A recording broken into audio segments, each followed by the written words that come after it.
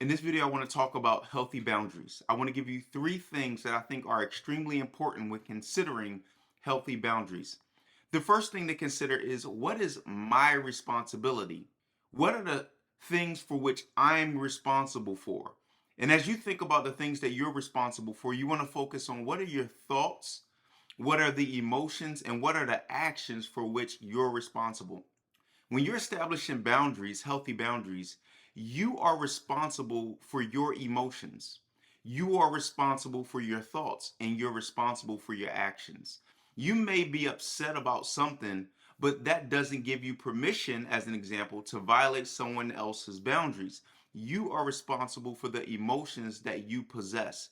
One great thing to ask yourself is, why am I experiencing this emotion? So, whatever you're experiencing emotion wise, you don't want to look to attribute it to someone else and say, well, I'm behaving, or excuse me, that I'm experiencing this emotion because of this or because of this person's action, right? You want to look at and ask yourself, why am I responding in this way?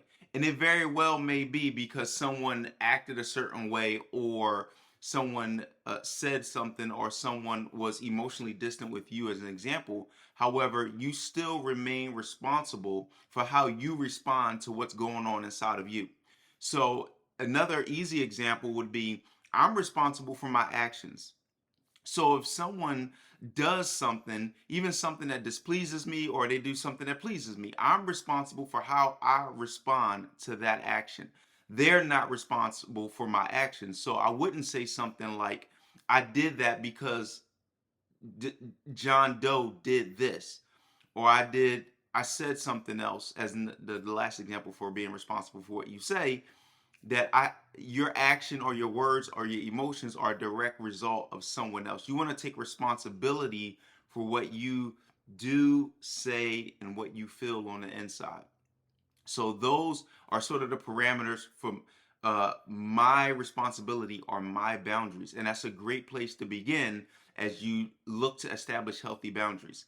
Look, you can't change someone else's behavior. You can't change control what they say. You can't even control how they feel about you, but you can control what you do and what you say and how you decide to interact emotionally with the person. When considering healthy boundaries, the second thing you want to think about is, what is the other person responsible for? What is the other person responsible for? So, as an example, that other person is responsible for their emotions. They're responsible for their actions, and they're responsible for what they say. Someone is negating responsibility for their own boundaries when they say, I said that because you said this, or I felt that way because of how you did, or I did this because of you. When they start blaming other people, they're not taking responsibility for their actions. It's not your responsibility to make other people happy. And this is huge when it comes to marriage, right? In marriage, I'm responsible for my own happiness. I'm responsible for how I interact with our situation, how I interact with my wife. I'm responsible for how I respond. And happiness has to be a decision that I make as a person, to have not just happiness based on happenings, but to have internal joy. And my wife can't be on the hook for how I experience life.